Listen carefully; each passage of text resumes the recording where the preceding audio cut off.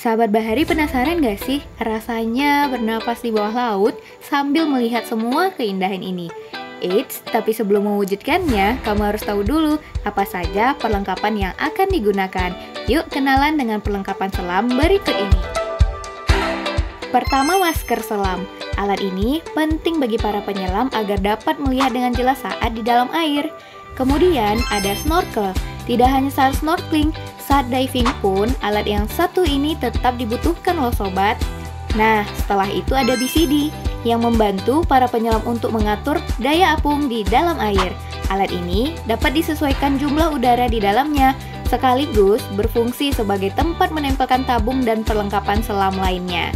Selanjutnya regulator, alat bernafas utama saat aktivitas menyelam. Regulator mengatur tekanan tinggi udara di dalam tabung selam menjadi tekanan aman untuk kita hirup.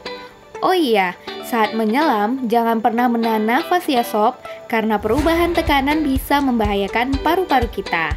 Kemudian tabung selam.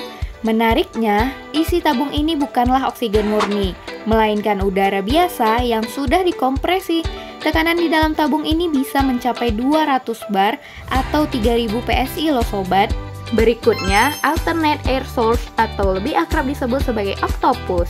Alat ini biasanya berwarna cerah dan digunakan saat keadaan darurat. Misalnya ketika salah satu penyelam kehabisan udara di dalam air.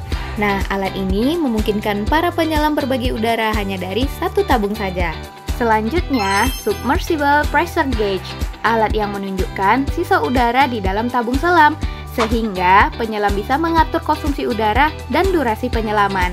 Setelah itu, ada sabuk pemberat yang digunakan untuk menambah berat badan penyelam agar tidak terapung ke permukaan.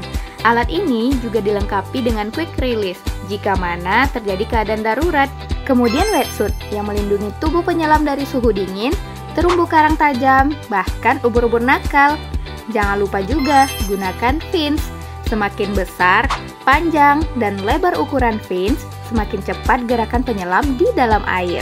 Selain menggunakan fins, penyelam juga menggunakan sepatu selam untuk melindungi kaki dari cedera akibat benturan atau benda tajam di laut lainnya. Oh ya sobat, menyelam sebaiknya dilakukan bareng teman ya, agar bisa saling menjaga dan mengantisipasi hal-hal tak terduga.